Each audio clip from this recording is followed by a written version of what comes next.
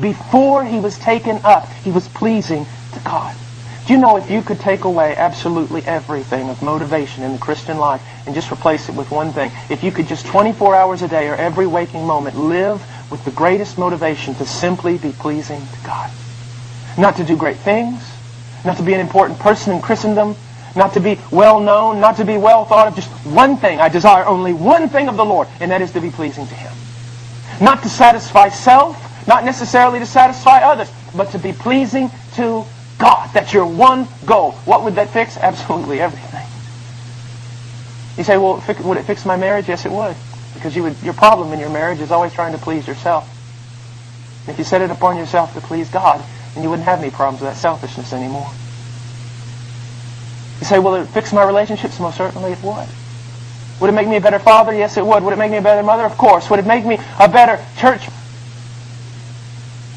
Yes, it would make you a better church. To have one goal. I desire to be pleasing to God. What do you desire? Well, I want to get out of seminary. I want to be in a ministry somewhere. Oh, really? And what if God doesn't want either of those things? Well, I want to get out of college and I want to get a job and go. Oh, really? We'll have movers and shakers a lot of times. Those are the, I don't know, kind of guys in Christianity that just know how to move things around, know how to get things going, know how to motivate. Sometimes I talk to these guys and they go, well, what's your vision at Heart Cry? What? What's your vision at Heart Cry? Jesus Christ? No. What do you want to do? Because you get scared when they start asking you these kind of questions. Get up in the morning and pray, and then I want to read the Bible, and I want to love my wife when she comes downstairs. I'm going to play with my children and go over Ian's Bible verse. Then I'm going to go to church and I'm going to pray with Darren. No, what's your vision? I said, I don't have a vision except for Jesus Christ. I don't want to be anything. I don't want to be a big shot. I don't want to be important. I don't want to conquer the world. I just want to be pleasing to God today, and that is enough. That is enough. And strive as I might, I haven't attained that goal, so why should I look for another? See, the more I walk with the Lord, the more I realize this childlikeness stuff is really important. Visions. Should we have a vision except Christ? Isn't He the heavenly vision? Should we have plans? I mean, what sort of plans? Daytimers, they don't really work well in planning ministry. Now, I know the necessity of organization. I know the necessity of all that, but what I'm trying to say is simply this. So many times we can have plans and schemes and all sorts of things that we want to do and we want to be, and even in the name of the Lord, and yet they're all just fodder. They're all just sawdust. And God will come and tear them all down and say, I just want this from you. What would it be like if tonight we just simply captured this one thing of, I want to be pleasing to the Lord? When we dismiss, while we're sitting here listening to the message, my thoughts, I want them to be pleasing to the Lord. And when I walk around and meet with brothers and sisters in Christ, well, in that time of short fellowship, I want to be pleasing to the Lord. And when I go home tonight and sit around the table over those marvelous cookies you made, I might say, over those cookies, I want to be pleasing to the Lord. And that's all I want to, and then I want to go to bed. That's it. That's so different than much of what's being promoted as evangelical Christianity today. But he was pleasing to the Lord, and he was pleasing to the Lord before he died.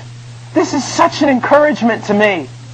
It is such a great encouragement. Now, here's something that I want you to look at. Now, a lot of times when we hear about Old Testament saints and things like that, we canonize them. We make them into people that they weren't.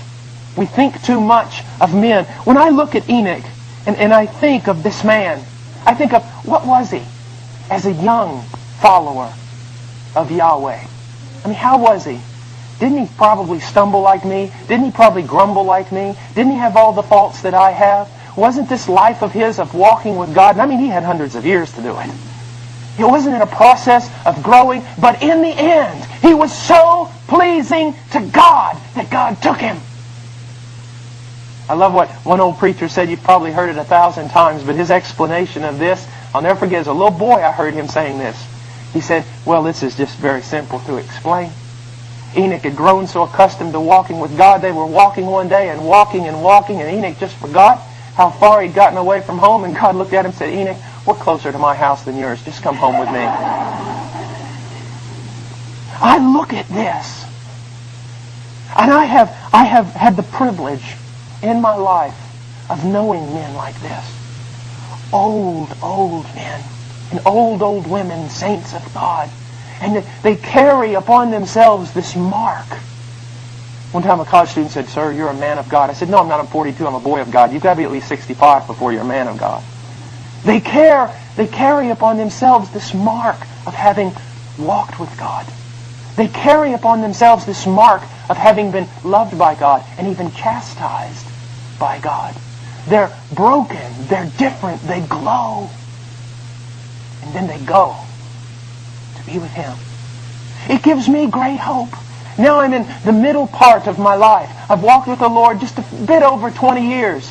And there is enough in my life to discourage me to think that I'll ever make much progress. But there is Scripture that calls me on to hope that I will make progress. That in the end of my days, Paul Washer will be pleasing to God, because it is a thing that the Lord will see to. That it will be done. And He'll see to it in your life. He who began a good work will finish it. He will finish it. He will finish it. He did that in Enoch's life. He'll do that in ours. Do not become discouraged. Do not become discouraged. By faith, realize that He who began a good work in you will finish it. Now it goes on, verse 6, and without faith it is impossible to please Him. Now why is that? The faith or lack of faith we have with regard to anyone, any person, is a demonstration and a declaration of what we think about their character.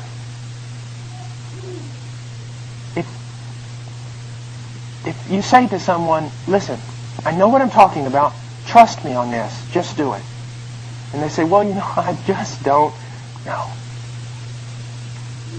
You're saying something about their character. You're saying something about their ability. You're not just denying that you want to do something. You are saying something about their character. It is impossible to please God without faith. Because if you do not have faith, you're saying God is not worthy of trust.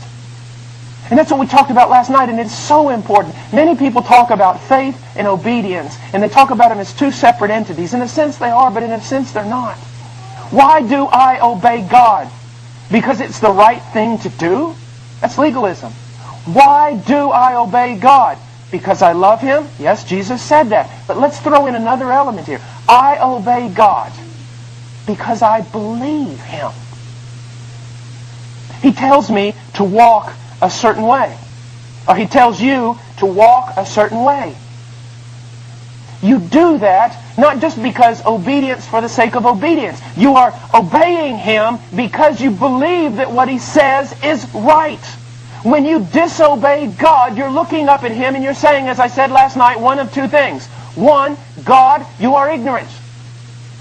When you do not obey God, you're saying, God, you simply do not understand. You simply don't know how the world is today. You treat God almost like a teenager would teach an old grandfather. Oh, grandfather, you live in the past. You really don't know what's going on today. You really can't understand, and I can't listen to your counsel. That's one possibility. When you disobey God after He has told you to walk a certain way, you're saying, you just really don't know. Or you're saying, God, you know, but you're evil.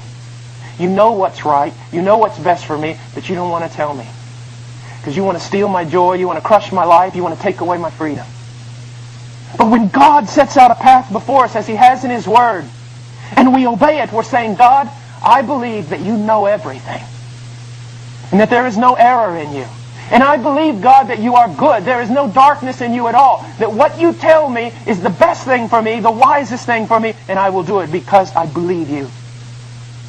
When you believe God, or when you do not believe God, you are screaming out what you believe about His character. He's trustworthy, or He's not. He's all-knowing, or He's not. See, that's why disobedience is so vulgar. That is why disobedience is so blasphemous. I said this last night, I want to say it again, because sometimes people who run somewhat in our circles are always talking about the law, the law, the law, as though it was something more important than God Himself, as though it was something that God had to submit to. My friend, disobedience isn't a horrible, terrible, wicked thing just because the rule has been broken. It is because a holy God has been offended. A God worthy of all obedience has not been obeyed.